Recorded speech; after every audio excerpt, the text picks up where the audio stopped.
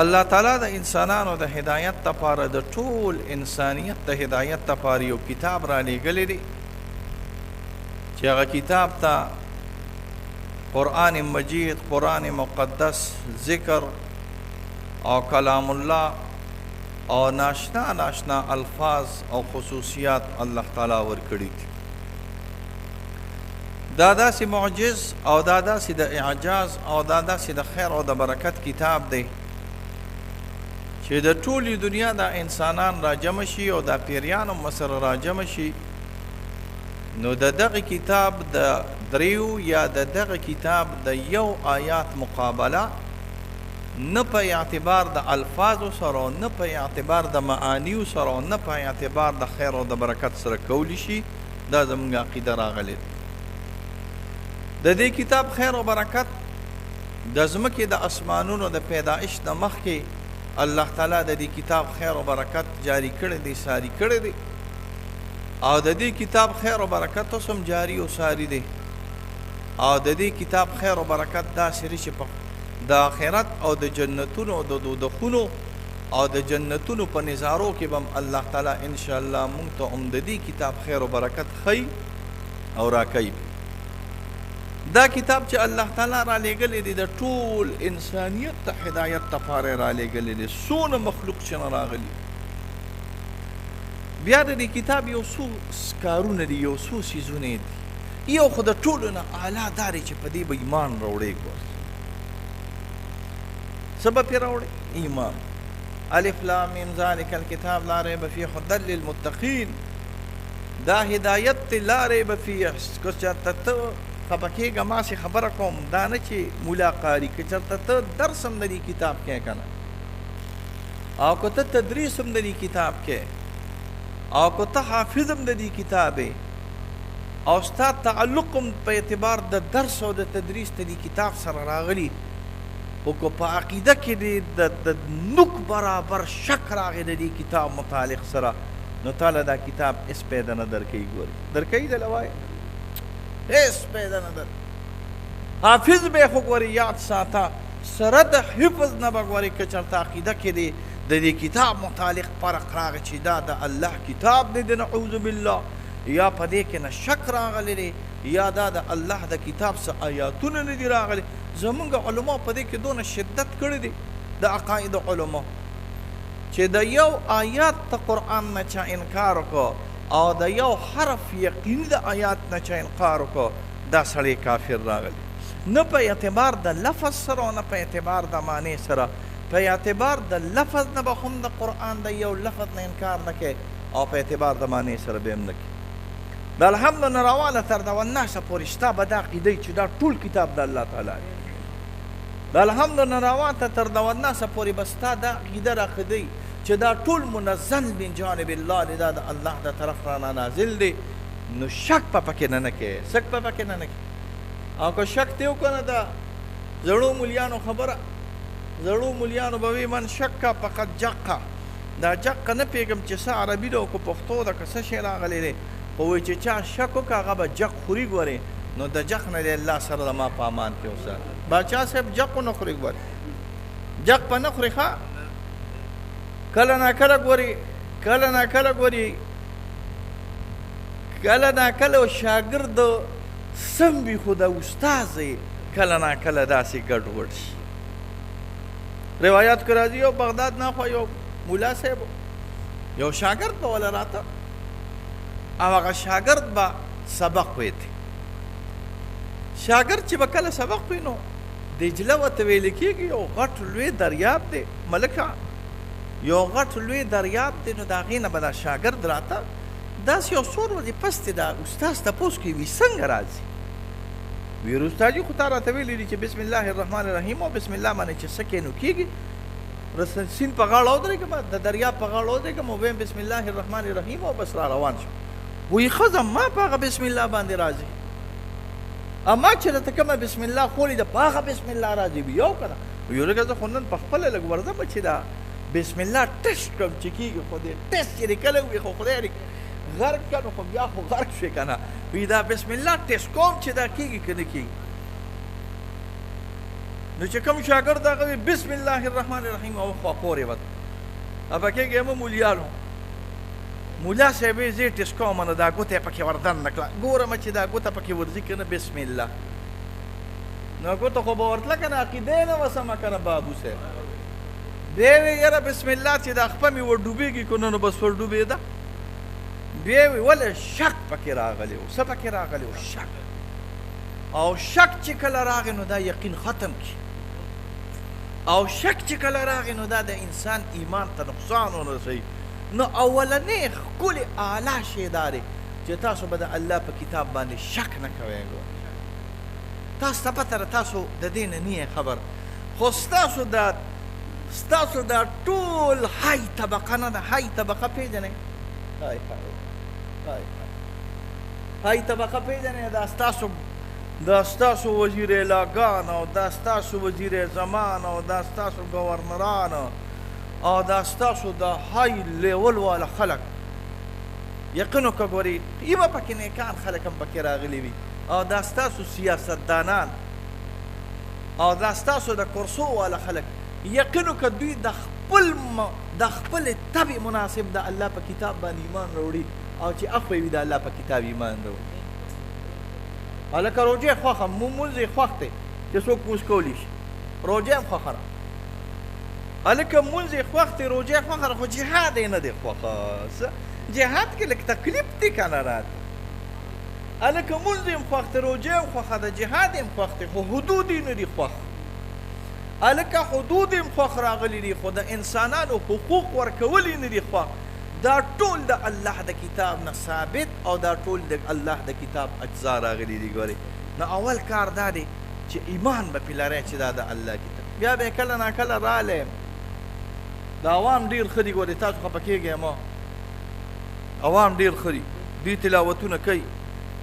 او دا مولیان صاحبان ني بس دوی ټول عمر په ضربا یضربو ضربن فهو ضاربونه ضربه خدای دې بیخته ضربه وباسه خدای وګورئ تاسو خفه کېږئ مه دې مجلس کې به داسې مولیان ناست یې چې ضربه یضربو کافیه او شافیه او ټافیه به وایې په تلاوت ته الله د کتاب به نه کوئ خفه کېږئ مه ما ته یو ملا صاحب وایي زما 6 کاله وشو چې ما تلاوت نه دی کړی څو 6 کاله قسم په الله وایي زما 6 کاله وشو چې ما 6 کاله کې د الله کتاب ته لاس نه دی وړلی مې د ظالم بچیا د هیچ کافر نسیه ته چې 6 کاله کې د الله کتاب ته ګوتې یو نسې او صرف به ضربه یضربو کافیه او شافیه او دا وی نو ستا دا اړه به څه رڼا بادشاه صاحب څه ووایي رڼا نه راکېږي که نه رڼا نه راکېږي ګورې ښه نو تاسو به لږ مولیان د الله د رضا لپاره په تدبر سره په شوق سره د الله د کتاب تلاوت کوئ دا شیخان هم کله ناکله داسې بس پیر صاحب چې ورته ووایي چې الله هو کوه هو الله کوه به ټول ورځ تصویر اخیستې او دا هو الله والله هو کوي خفه کېږي بابو صاحب که مې راته ووایي چې الله هو کوه نو مونځ به نه نیسې نه کوې روژه به نه کوې خو د پیر صاحب هغه ذکر به کوې تلاوت به کوې تلاوت ډېر اعلی شی په یو حرف تله الله تعالی نیکۍ درکوي په یو لفظ دله الله تعالی نیکۍ د الله د کتاب تاسو سوچ وکړئ چې د الله کلام شو د الله کلام د باچا کلام شو د خالق کلام شو چې دا ځمکه او اسمانونه هغه پیدا کړي دي وایه نو د خالق د کلام نو د الله د کلام د دنیا په سر باندې چرته یو کلام اعلی که 15,000 وظیفې او په 15,000 قصیدې بردې او که 15,000 حزب البحر او که 15,000 قادریه او چشتیه او نقشبندي وکړې او د الله د کلام خیر او برکت ته نشي رسېدی نو تاسو به یو کوشش کوئ چې د الله د امام غزالي رحم الله یو امام ناکله دا امامان دا لوی امامان الله تعالی خوب کینی الله تعالی خوب کې لیدل کېږي ښه یا د الله د پیغمبر صلی الله علیه وسلم لیدل کېږي الله دې زمونږ وکړي حدیث کې راځي حضور صلی الله علیه وسلم فرمایي من رآني فی النوم فقد رآني حقا چا چې زه په خوب کې نه ولیدلم نو دی په حق لیدلم فإن الشیطان لا يتمثل بي ځکه شیطان زما په شکل کې نشي راتلی زما په شکل کې شیطان نشي راتلی د الله پیغمبر صلی الله علیه وسلم کوم چېرته لیدلي الله دې مبارک کړي راته بیا دې راته الله تعالی سره زمونږ وښیي او چې چا نه لیدلی هغه له الله تعالی د رسول الله صلی الله علیه وسلم دیدار ورکړي. روایاتو کې راځي لیدل او قتل په خوب کې د رسول الله صلی الله علیه وسلم کېدی شي، د الله لیدل کېدی شي او علماو لیدلی دي د الله، خو د الله لیدل داسې دي د حضور صلی الله علیه وسلم لیدل په دې شکل هم کېږي چې ته حضور صلی الله علیه وسلم په خپل حق شکل مبارک کې نه وینې، کوم شکل یې چې خپل حقیقي شکل مبارک راغلی، په دې شکل هم کېدی شي چې د خپل استاد په شکل کې وینې، پړه کې به دې راشي چې دا د الله پیغمبر دی، شکل به دې د استاد وي، په دې شکل کې هم کېدی شي چې د پلار په شکل کې وینې، د دې شکل کې هم کېدی شي چې د شاګرد او د زوی په شکل کې وینې، خو چې زړه کې په دې خوب کې نه راغلی چې دا د الله پیغمبر صلی الله علیه وسلم دی او د یو هغه سړي په شکل کې دې ولیدې چې کوم سړی ستا پیژنګلو دی، نو دا د دې سړي تعلق ته اشاره ده چې د ده تعلق هم د محمد رسول الله صلی الله علیه وسلم د ده لپاره د نیکۍ علامت چې خپل یو مشر دی ولیده، خپل یو کشر دی ولیده، خپل یو امزولی دی ولیده د الله نه پیغمبر صلی الله علیه وسلم ته شکل مبارک کې، نو زمونږ دا عقیده ده چې شیطان د الله نه پیغمبر صلی الله علیه وسلم په شکل کې نشته. او بیا مبارک یو کتاب دی مشارق شرح ده د علامه ابن مالک، هغه لیکلی دی چې دا ټول انبیا داسې دي. موسی علیه السلام د خوب کې ولید، عیسی علیه السلام د خوب کې ولید، محمد ګل مولوي صاحب او زمونږ به ورته د جورې مولوي صاحب ویل لکه ستاسو کلیوال راغلی، هغه موسی علیه السلام، عیسی علیه السلام، یوسف علیه السلام، یونس علیه السلام دا ټول یې خوب کې لیدلي وو. او بیا به راته ما ته وایي ما بیګا موسی علیه السلام ولیدو، بیګا مې عیسی علیه السلام ولیدو. مونږ به ورته د کړما مولوي صاحب وایه، محمد ګل مولوي صاحب د کړما استاد، د کړما استاد دا د انجینري د صاحب مرید راغلی و، ډېر نیک سړی راغلی و، هغه د انبیا ټول خوب کې لیدلي وو. نو څنګه چې د الله پیغمبر صلی الله علیه وسلم په خوب کې نه ووینې او د خوب د لیدو د وجه نه شیطان نشي، نو دغه شان رسول الله صلی الله علیه وسلم او ټول انبیا الله په خوب کې نه لیدل کېږي، خو دا داسې نور غوندې وي. دا هم په خوب کې نه راځي. عالمانو لیکلي دي چې یو انسان ووینو په ډېره کې دې راشي چې د الله دی، هسې دې پړه کې خوب دی که نه، په خوب کې هر څه راتلي، خو الله لیدل کېږي. امام احمد ابن حنبل، امام ابو حنیفه یو کم 100 کرته خوب کې الله لیدلی، شامل لیکلي دي 99 کرته الله لیدلی. امام احمد ابن حنبل الله خوب کې لینی 98 کرت، په 99 کرت یې زړه کې راغلی چې دې ځل به تپوس کوم چې د الله چې د الله نه به تپوس داسې کومه وظیفه ده چې تا ته پیدا مخلوق نږدې کېږي. نو چې خوب کې الله ولیده وي یا الله داسې کومه وظیفه ده چې خوب چې دا انسانان تا ته ډېر زیات نږدې کېږي. وایي زما د کتاب په تلاوت سره، بتلاوت کتابي، زما د کتاب په تلاوت سره. نو امام احمد ابن حنبل ته تپوس کوي یا الله پاکه که پې څوک پیږي کو پې څوک نه پیږي، که په معنا باندې پیږي وایي که په معنا باندې پیږي او که په معنا باندې نه پیږي، خو زما د کتاب تلاوت چې کوي نو تا به انشاء تعالی به الله خیر او برکت درکوي. نه اوله مرحله دا ده چې د الله د کتاب تلاوت پک، بیا به پې عمل کې او بیا به د عمل نه پس د هغې په مفاهیمو ځان پیې. خو ما چې کوم آیات ووي د هغې مقصد دا دی چې عمل به هم پې کې، په مفهوم به هم ځان پیې، تلاوت به هم کې، خو د ملک د کرسۍ په صدر حوض کې به هم د الله کتاب کې دی. ګورې ښه سبق من لم یحکم بما انزل الله، چا چې د الله د کتاب د فیصلو نه انکار وکړو، چا چې د الله د کتاب د فیصلو نه انکار خو نه کو، خو تحاصلا او د کسل د وجې نه، د لټوالي د وجې نه د الله د کتاب اوامر او نواهي او حدود په خپل ملک کې را نه وستل، نو الله وایي چې انکار ترې نه کوې خو لټې نو فاسق یې. الله وایي چې انکار ترې نه کوې خو لټې جدوجهد نه کوې نو بیا ظالم یې. او الله وایي که انکار دې هم ترې وکړو نه دې راوسته نو بیا کافر راغلی. الله دې چې مونږ په امان کې اوسه. دا حالات ولې خرابېږي؟ دا د اوس مې وختي اخبار وکتو، هسې اتفاقي مې راواغست، وایي ډالر خدای دې بې خو یو دی خدای پاک ته د دې ډالر نه مونږ خلاص. یو زمانه کې ستاسې کچلېده، ټول قومونه تا نه تاوېدل را تاوېدل. د بغداد په حکومت کې به د ټولې دنیا کرنسي د بغداد د حکومت ته اسلامي د درهم او دینار نه تاوېده. اوس مې موږ ډالر کته شو، ډالر بره شو، ډالر زیړ شو، ډالر تور شو، ډالر یې ورسېد 360 ته. نو چې ډالر ورسېد 360 ته نو پې پوهېږې څه چلو شو؟ ګراني شوه. کوم قرض چې راباندې د بل ملک پروت راغلی دی هغه ډالرو کې دی په تا باندې. نو پی سبیل الله د باندې چې څو زر ډالر درکړي دي او چې څونه هغه اوچتېږي نو تا باندې قرض زیاتېږي. ملک ته ګورې تباهۍ طرف ته ملک ته بربادۍ طرف ته روانېږي. دا زموږ د اعمالو نتیجه ده. ګورې ښه خفه کېږې مو خو ستا خوا ته او ګاونډ ته د تورخم د بارډر نه اخوا م یو ملک دی د دنیا 1 روپۍ قرض پې نشته. ګورې د دنیا یو ملک لا اوسه پورې تسلیم کړی م نه دی. ګورې یو ملک په دنیا کې نه نشته چې د تورخم د بارډر نه اخوا دا ملک تسلیم کړي. ځکه د الله د کتاب نظام یې راوستی دی که نه. خفه کېږې ما د الله د کتاب نظام یې راوستی دی. د الله د کتاب په نظام کې یو کافر خو لا یو طرف ته مسلمان ملک هم داسې نشته چې دا تسلیم کړي چې یو ځای تسلیموم چې دا د مسلمان او د اسلام وطن راغلی او مکه غریبانان پراته راغلي دي خو نران دي مسلمانان دي نران دي د چا 1 روپۍ پې نه نشته. ستا مشران او ستا ټول لیډران او ستا ټول بچیان دا غله راغلي دي. دا د امریکې ایجنټان راغلي دي او غره راغلي. نو ملک نو غل نه لکه پیشو چې پې کېدی او ته چاچی میسکه ډېره ښه راغلې د میسکه ګورې ښه پې مې دله درکړي دي پیشو خو سکې به نه وایې که نه پې مې درکړي دي پیشو خو سکې به نه د پیشو به وایي بابو صاحب زه دا پیس کوم زما د قسم په کاکا صاحب او په پیر بابی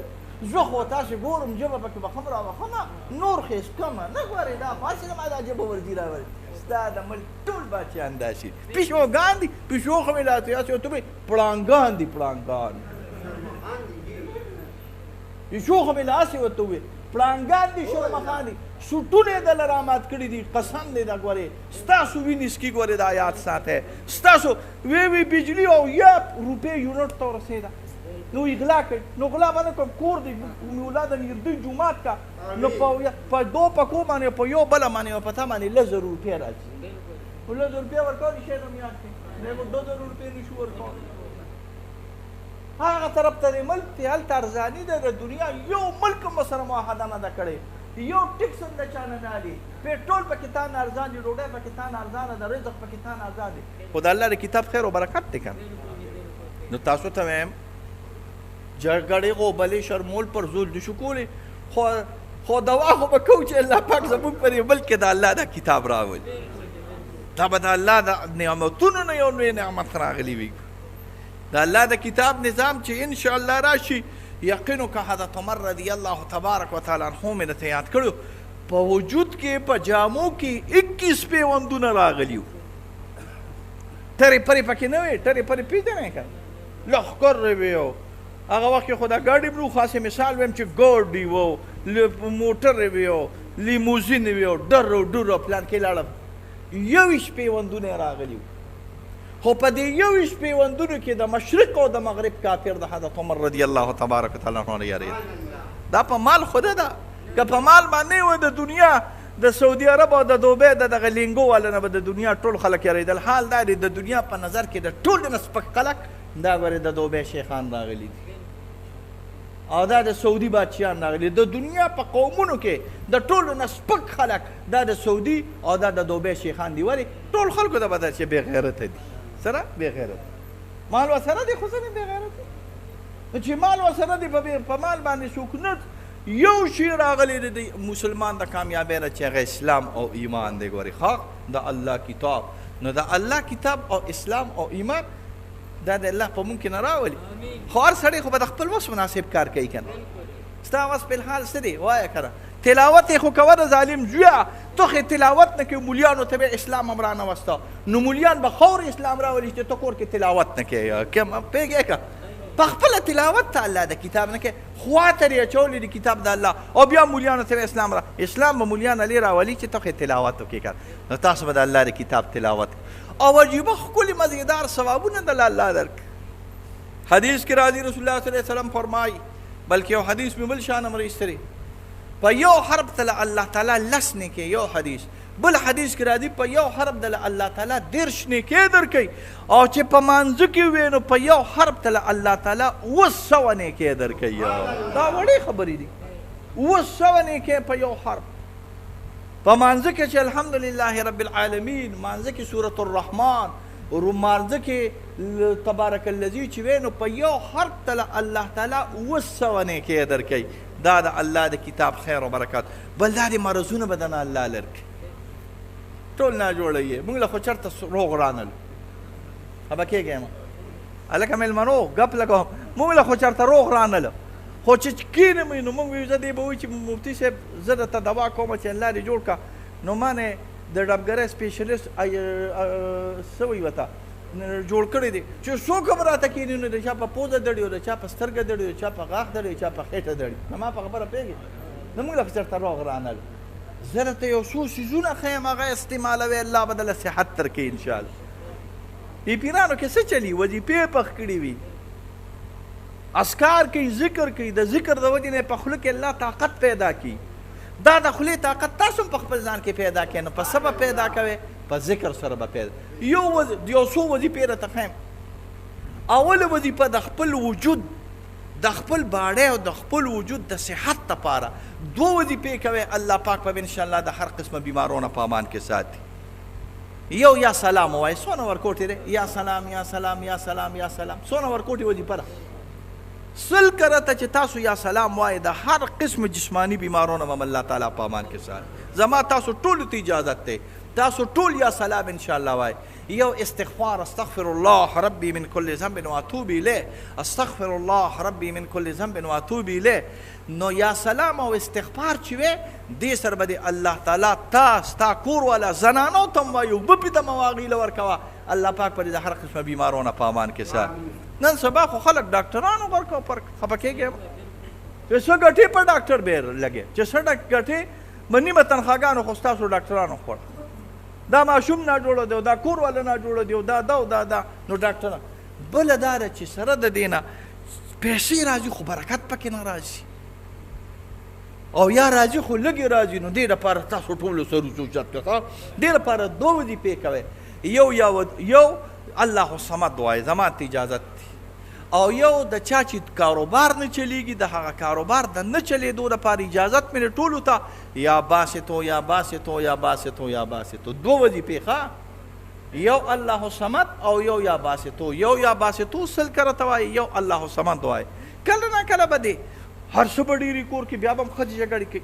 کوي او که نه کوي دا ګز ګز جبې رئیتي زه وایم چې دا جبو له په ټوکیا باندې 3-4 ځایه کمه چې ناکمې ښځې جګړې کوي تنګ تی یې که تنګ تی نه یې اوړه به وي دانې به وي وړي به وي او خواښینګور به بیا هم انښتې وي یا د خدای ظالمانو ولې جګړې کوې څه چل راغلی ډوډۍ درته نشته یا څه چای درته نشته څه درته راغلي د ښځو جګړې پسې تاسو ته پته په لوښو تا ویدلو ما ویدلو ته یې جارو کړه زه یې جارو کړه بعد د دې نه غیر نور څه ده د بدر او د احد جګړې نه دي نه چېرته د کشمیر او د بلقان جګړې راغلي دي ښه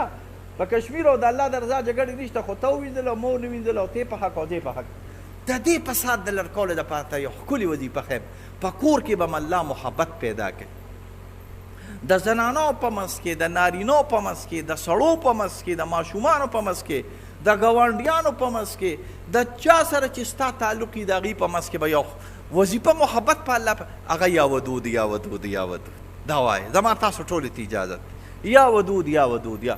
او د ټولو وظیفو باچا 2 وظیفې دي دا یاد ساتئ دا وظیفې چې تاویږي نو 2 وظیفې باچا دي یو افضل الذکر لا اله الا الله لا اله الا الله لا اله الا الله لا اله الا الله لا اله الا الله لا اله الا الله لا اله الا الله دې کې مې ټولو ته اجازت دی دا د ټولو اذکارو سر دی ټول ذکرونه په اعتبار د خیر او برکت سره د دې نه تاویږي او یو به معشوقه راضي کې او که نه به یې راضي کې وایه که نه معشوقه به راضي کې نو معشوقه څوک ته وایه محمد رسول الله معشوقه به راضي کې نو چې معشوقه راضي کې نو معشوقه دې په روپو نه راضي کېږي او معشوقه دې په معشوقه به دې په څه راضي کېږي په اللهم صل علی محمد وعلى آل محمد اللهم صل علی محمد وعلى آل محمد اللهم صل علی محمد وعلى آل محمد په چل چل کې مې پیران کړی ګورې ښه دا ټولې وظیفې کوې او دا د سفر میاشت دا د وظیفو دپاره کامله میاشت راغلې ده، نو درې څلورو وظیفو کې مې چې اجازت وکړه، یو یا سلام او استغفار د بدن دپاره وایې، یو یا ودود او یو الله صمد او یا باسطو د خپل مال حال د تجارت دپاره کوم مخ هم بندوي، او یو د کور دپاره د دې چې کور کې خیر او برکت الله واچي، یا ودود او کلمو درود شریف کې من ته اجازت ته دا اسکار کوي. د دې ټول اسکارو مقصد سری چې دا ورځې الله دا یو څو ورځې الله په خیر تېرې کړي، یو څو ورځې که کال وي که دو وي که لس وي که پنځه وي، خو چې دا الله په خیر تېرې کړي، په عافیت تېرې کړي، په ایمان تېرې کړي، چې د الله دربار ته ورځو سره د ایمان نه لاړ شو، بس دا زموږ مقصد دی. قسم په الله که د دې نه اخوا د مسلمان بل مقصد راغلی وي، لکه داسې دا که نه ده د مسلمان مقصد دا دی چې د ایمان سره لاړ شم د الله دربار کې ودرېږم. د مسلمان مقصد دا دی چې د الله جنډه مې په لاس کې او شهادت راته الله راکړي. د مسلمان مقصد دا دی چې د الله جنډه په لاس کې او دا په ټول کفر او په اهل کفرو لګي، بس دا د مسلمان مقصد دی. دې کې به د الله کامیاب کړي انشاءالله. وصلی الله علی خیر. یا الله پاکه صحت کامل عاجل موږ لم راکړي، دوی لم راکړي، تکلیفونو مصیبتونو نه په امان کې وساتې، بیمارونه یا الله صحت کامل عاجل راکړي، د دواړو جهانو خیرونه او برکتونه موږ له راکړي ټول جمیله. یا الله د دوی په کورونو کې بیماران یا الله جوړې کړي، یا الله پاکه د دوی په کورونو کې قرضونه ختمې کړي، یا الله تعالی د دوی په کورونو کې آفتونه مصیبتونه جنګونه شرونه ختمې کړي، ایمان تم خیر پېښ کې تر نه راضي شي چې درزونو سره د ایمان نم دروري بیمانه نم په امان کې وساتي. وصلی الله علی خیر خلقه محمد و آله و اصحابه اجمعین.